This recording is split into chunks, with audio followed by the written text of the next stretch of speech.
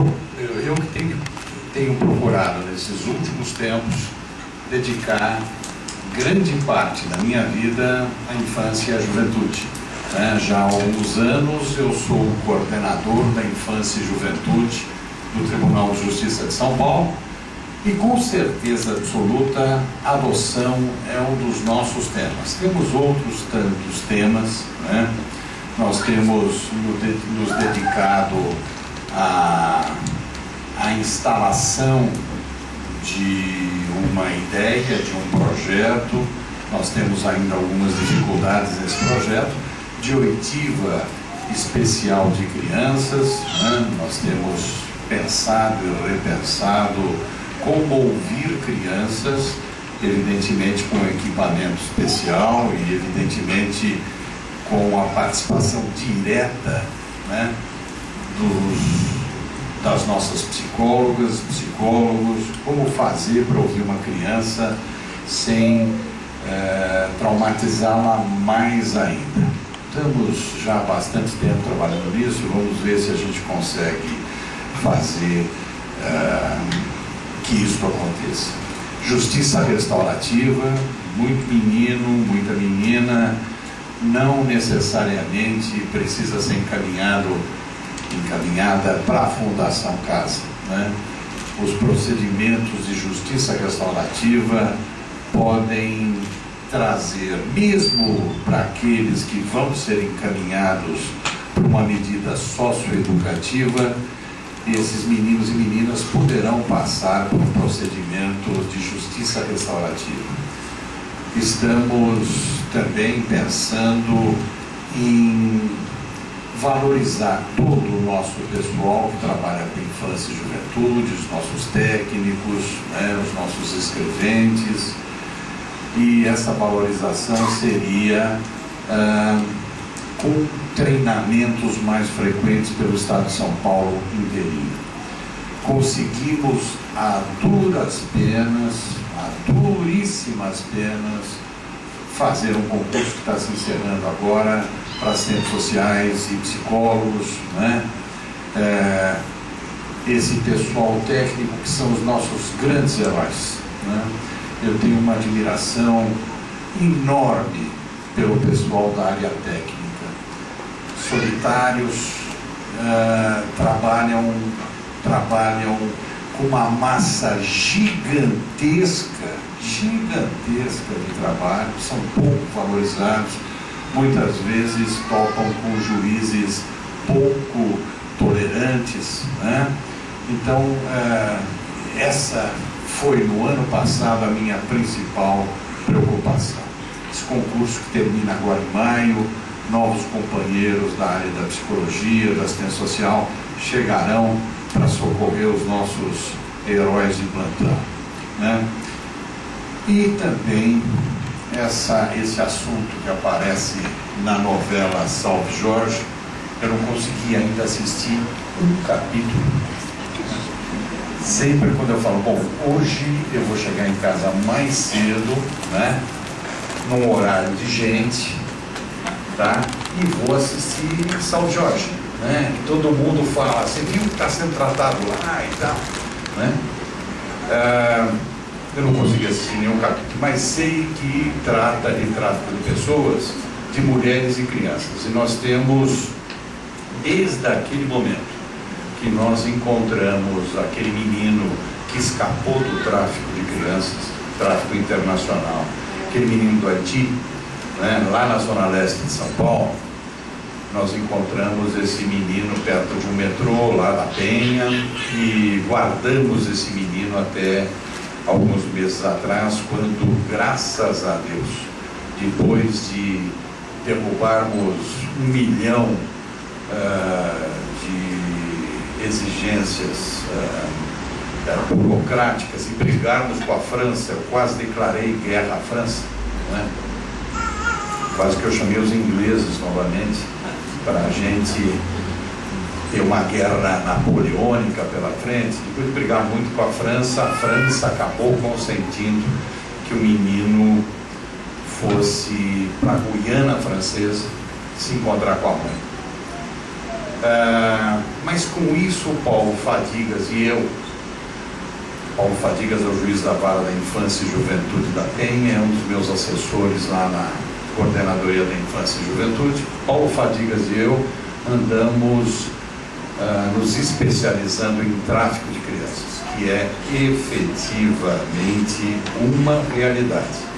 E o tráfico se dá, em primeiríssimo lugar, para fins de adoção. Adoções irregulares comandam o tráfico de crianças, né? E é por essas e por outras que a gente está sempre aconselhando os nossos casais. Eu brigo com os juízes cada vez que eu recebo uma informação de pessoas de grupos de apoio à adoção, dizendo: o juiz não dá bola para nós na minha cidade. Eu cato o telefone e ligo e dou um puxão de orelha no juiz. Você tem que trabalhar todos os dias com os grupos de apoio à adoção, né? Que é gente que já sentiu o gosto da lágrima, tá? E são pessoas que entendem do assunto muito mais do que você, tá certo? Então preste atenção neles. De qualquer maneira, a gente sempre está procurando aconselhar as pessoas: caminhem. Eu sei que nós temos ainda um judiciário desorganizado, um judiciário que é lento.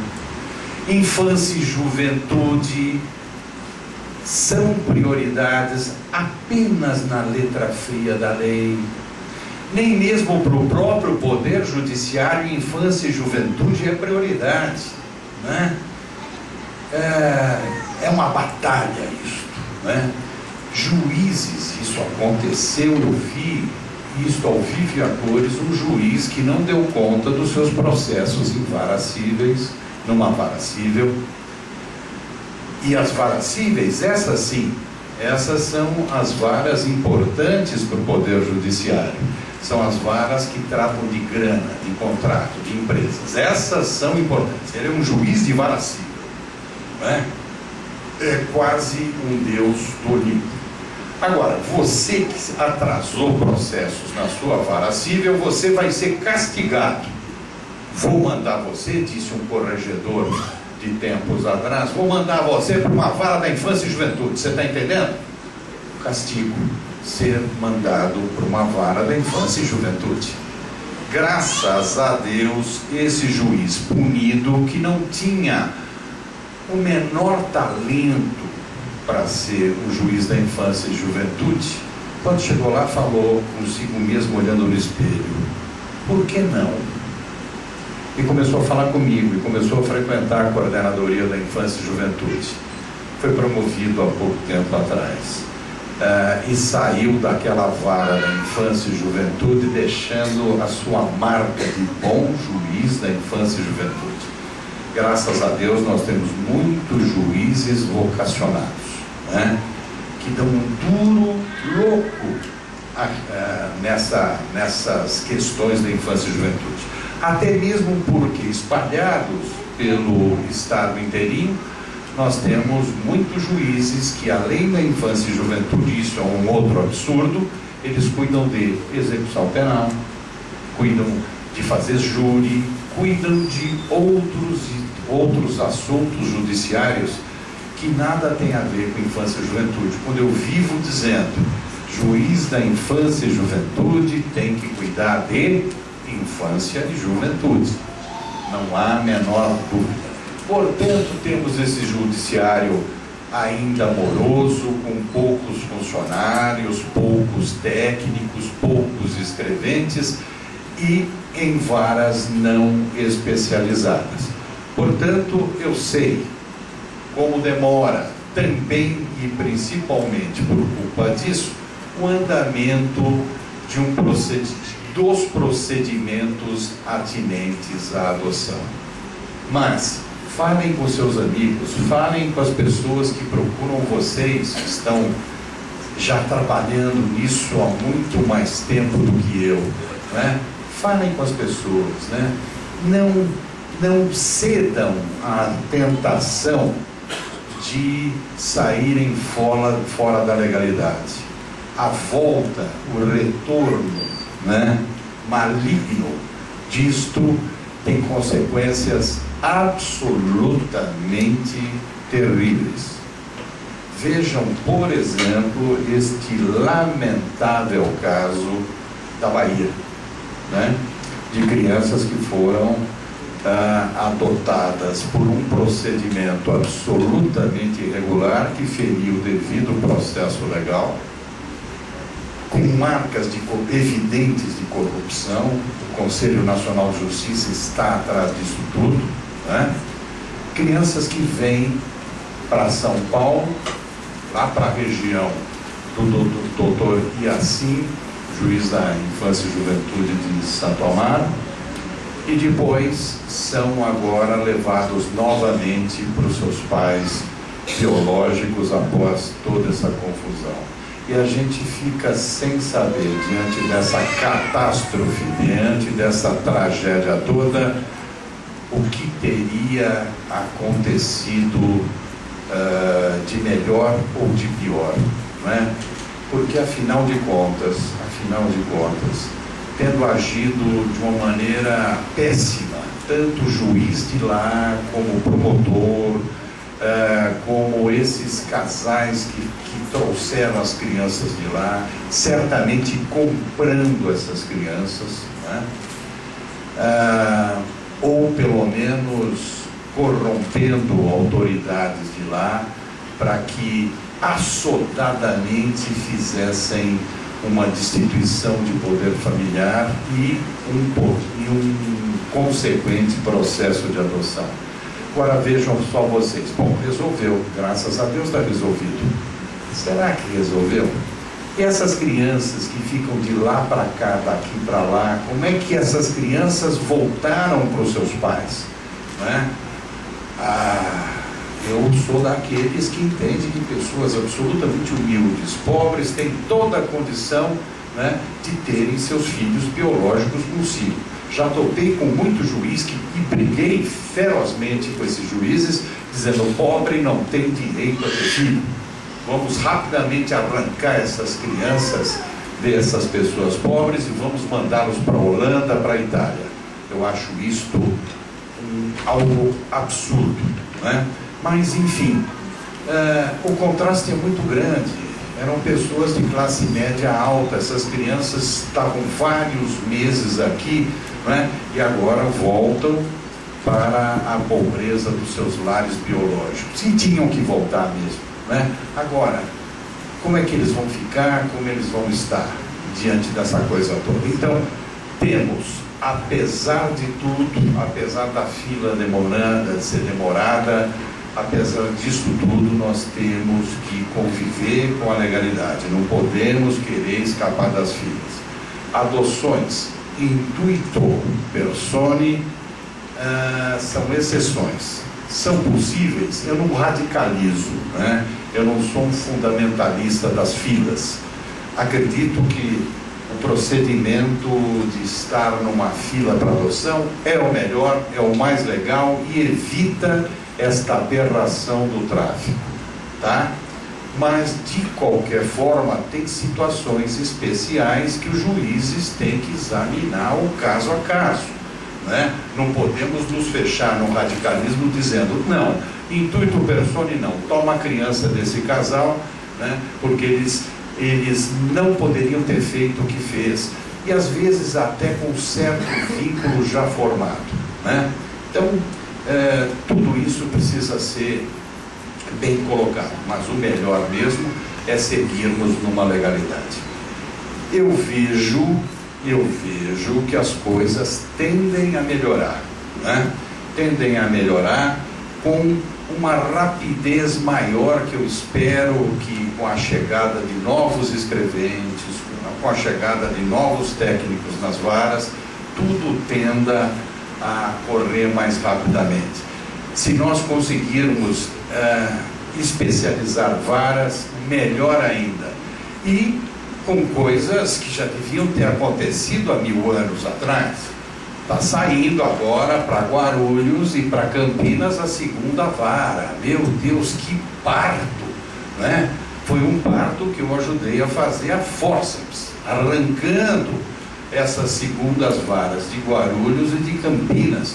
Meu Deus do céu, Campinas, Guarulhos são universos, são duas cidades gigantescas com uma vara cada uma. Quer dizer, isso é um absurdo. Com essas coisas todas, as filas passarão a andar mais rapidamente. Não ainda no nosso ideal. Nós precisamos fazer muitas coisas para melhorar o nosso judiciário, que é falho, né? Que tem uma estrutura medíocre, né? Para a gente poder atender mais rapidamente. Mas nunca pode ser um procedimento vapt-vupt, né? Os nossos técnicos têm, e eles fazem isso com esses milhões de processos nas costas deles, com toda a atenção, com toda a técnica, e precisa, portanto, mesmo que eles possam se dedicar melhor a esses processos, os juízes, os promotores e os técnicos, né? Eles precisam prestar muita atenção no que eles estão fazendo, para saber exatamente qual o melhor destino para aquela criança. E uma coisa que tem também feito a fila andar melhor é uma coisa que me deixa assim muito feliz, que eu já participei de dezenas de campanhas e agora eu estou vendo que, por exemplo, adotantes brancos estão adotando com mais frequência as crianças negras. Aleluia! Né? Estou vendo que estão adotando, apesar do bolso doer, né? Estão adotando irmãos com mais frequência. Que bom, graças a Deus, né? Estão adotando crianças mais velhas. Que bom. Ninguém queria criança com passado. Meu Deus do céu, vou adotar aquela criança com 7 anos. Essa criança foi violentada dentro de casa. Eu acho que quando ele for adolescente ou adulto, vai repetir, vai reproduzir tudo que ele sofreu dentro de casa, né? Vamos ver se é isso mesmo, né? A gente não escolhe filho biológico, às vezes a gente tem um lar bem constituído, tivemos nossos filhos biológicos se tornam delinquentes, né? Tendo tido um passado fantástico, né? Com todo o carinho que nós demos, nossos filhos acabam fazendo mil besteiras. Então vamos ter essa coragem de aguardar um futuro melhor, mesmo para aquelas crianças que tiveram passado de rua, passado de violência sexual, passado de tortura. Vamos aguardar um futuro melhor. É evidente que todos nós carregamos as nossas cicatrizes. Nada que acontece no nosso passado não vai deixar de refletir no futuro. Claro que reflete. Nossas frustrações no passado, nossas angústias, nossas perdas refletem, mas nada que não possa ser administrado. Temos um razoável aumento de crianças com deficiências físicas, mas num ponto nós estamos estacionados, né? E quem sou eu para tirar qualquer pedra nesse sentido? Crianças com deficiências mentais, essas as pessoas não querem. E agora está sendo formado um grupo cada vez maior. Isso tem sido o principal projeto da Coordenadoria da Infância e Juventude, que é a vida de crianças e adolescentes no crack, né? Então agora nós temos os filhos do crack. Crianças que foram gerados por mães que engravidaram na Cracolândia, da Cracolândia e na Cracolândia, né? Grávidas da Cracolândia. Eu passei 6 meses, segundo semestre de 2011, indo todos os dias à Cracolândia Central de São Paulo. E ressalto a vocês que que lá em São Paulo, além dessa Cracolândia central, nós temos mais 22 ou 23 Cracolândias em torno da cidade, na periferia da cidade.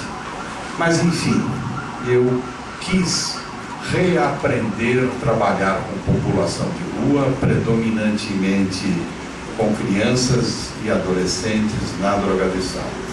Reaprender por quê? Porque no passado eu estive durante 15 anos nas ruas, nos anos 70 e metade dos anos 80, ao sair de uma favela onde eu trabalhava com os meus colegas de classe. Nós durante 10 anos, 5 anos da faculdade, 5 anos já como advogado, nós trabalhamos numa favela lá da Zona Sul de São Paulo, na favela do Bororé, e sei que se a gente trabalhar bem com crianças e adolescentes, nós vamos ter um futuro melhor, né? Há 2 anos atrás eu voltei para uma festa de Natal lá nessa favela e emocionado vi o óbvio. Aquelas crianças e adolescentes com os quais nós trabalhamos cresceram, e cresceram pessoas boas, se tornaram líderes comunitários e passaram a exigir do poder público, que ainda funciona como um mau pai. Eu costumo criticar o poder público, que me parece sempre um mau pai, aquele ausente em casa. É o pai ausente em casa, é o poder público que só vem para casa para bater em todo mundo, tá certo?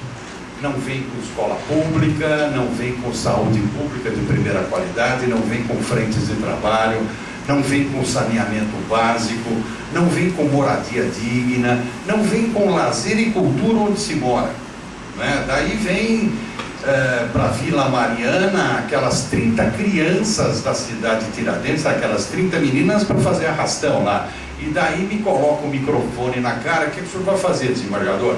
Não sei o que eu vou fazer, eu acho que eu vou abrigá-las compulsoriamente. E catei realmente aquelas 30 crianças, desesperado, porque já estavam juradas de morte pelos comerciantes do local, né?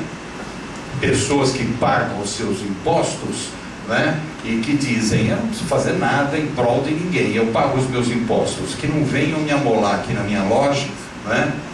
E daí já estavam trabalhando para fazerem aquelas crianças desaparecerem. Então rapidamente eu abriguei essas meninas, só sobrou a Débora, porque todas as outras fugiram e saíram dos abrigos. Débora, uma menina de 6 anos de idade, que eu fui com o meu próprio carro levar a Débora para o seu pai, um pedreiro pernambucano que vivia sozinho com ela. A mãe morreu no parto dela, Débora, né? E ninguém o ajudava, não vinha nenhum parente lá de Pernambuco, os vizinhos, ninguém estendia nenhuma mão para esse pedreiro, né? Que emocionado me recebeu, eu levando a Débora pela mão para ele de volta. E nenhuma creche perto, nenhuma escola pública perto, nenhum parque, nenhum local onde ele pudesse deixar a Débora durante o dia, enquanto ele saía para trabalhar. Daí não dá outra. Com o Estado se comportando desta maneira, né, a gente acaba vendo o que acontece. Muito bem. Aquelas crianças da favela onde nós trabalhamos cresceram e passaram a exigir do poder público tudo que o poder público deveria naturalmente dar. Trouxeram escola para perto da favela, trouxeram creche, trouxeram um posto de saúde, as ruas da favela estavam urbanizadas, né? E viviam, apesar da pobreza, uma grande harmonia. E o traficante não chegou. Eu, aos domingos de manhã, percorro favelas da grande São Paulo com alunos da faculdade. E o traficante está presente, o Estado paralelo, diante do nosso Estado regular completamente ineficaz, né, ausente, o Estado paralelo se instala. E depois, para tirar esse Estado paralelo, para para uma deposição desse governante não é fácil. Então eles estão presentes. Tem favela, por exemplo, na Brasilândia, que eu entro com a permissão e as bênçãos do traficante, né?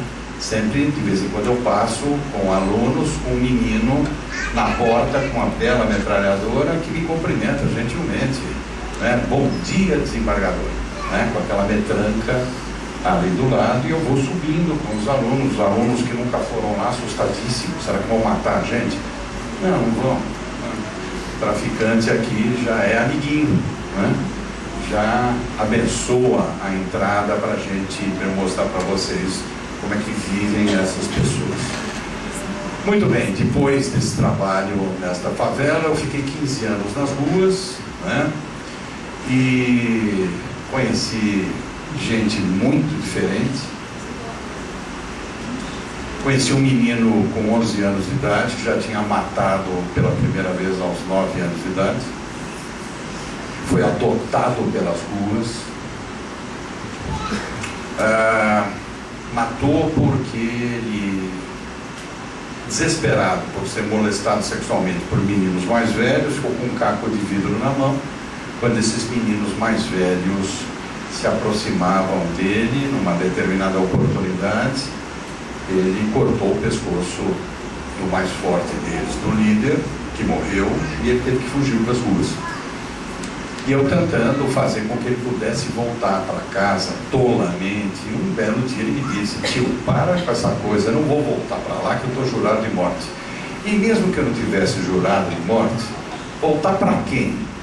Para aquela mulher que eu durante algum tempo chamei de mãe, né? E que me batia diariamente, porque eu, inadvertidamente, eu entrava no barraco onde nós morávamos em momentos errados. Cada dia ela estava com um tio diferente lá dentro. E cada vez que eu entrava, ela ficava brava, e quando o tio ia embora, eu tomava um cacete. Voltar para quem? Eu não tenho para quem voltar. Aqui eu sou muito feliz. Aqui é a Praça da Sé. Aqui eu tenho as minhas mulheres, me disse esse menino de 11 anos de idade. E quem eram as mulheres dele? Meninas de 8, de 9, de 10. Aqui eu tenho os meus irmãos, né? Eu fui aprendendo naqueles anos 70 a ver que tinham famílias diferentes. Esses são os meus irmãos, né? Nós tomamos banho juntos ali no chafariz. Enfim, nós somos uma família. Encontrei meninas adolescentes muito bonitas, de classe média, que, desesperadas por serem molestadas sexualmente por seus pais e padrastos, foram embora para as ruas e se prostituíam nas ruas. Eu não acreditei nos anos 70 quando me falaram: não, eu sou molestada sexualmente por meu pai, por meu padrasto. Eu falei: não, isso não existe. Não, isso, imagina, pai molestando filha, não tem. E é evidente, né, que isso ocorre com uma frequência gigantesca. Mas a raiva maior dessas meninas que eu conheci não eram em relação aos pais e padrastos, eram em relação às mães, que sabiam o que acontecia e nada faziam. Daí eu não acreditei mesmo. Eu falei: não, já acreditar que um pai moleste uma filha sexualmente é muito difícil. Agora, acreditar que a mãe soubesse e nada fazia, isso é absolutamente impossível. Verdade, vocês todos sabem que é verdade, né? Quanta mulher sabe o que o marido faz e a voz não sai. Não sai porque tem medo do escândalo, porque tem medo de perder aquele homem, né? O apoio financeiro, o apoio afetivo. Afinal de contas, me disse uma senhora muito humilde outro dia, afinal de contas, a culpa do que aconteceu não é do meu companheiro, não, senhor. A culpa é daquela diabinha da minha filha de 10 anos de idade, que fica passando na frente do meu companheiro de calcinha, não é? E o senhor sabe, né, doutor? Homem é homem. E daí eu passei, acho que uma metade de um dia pensando o que é ser homem, né? O que é ser humano. Mas enfim, são as coisas que a gente vai conhecendo e vai vivendo, estudando no grande livro da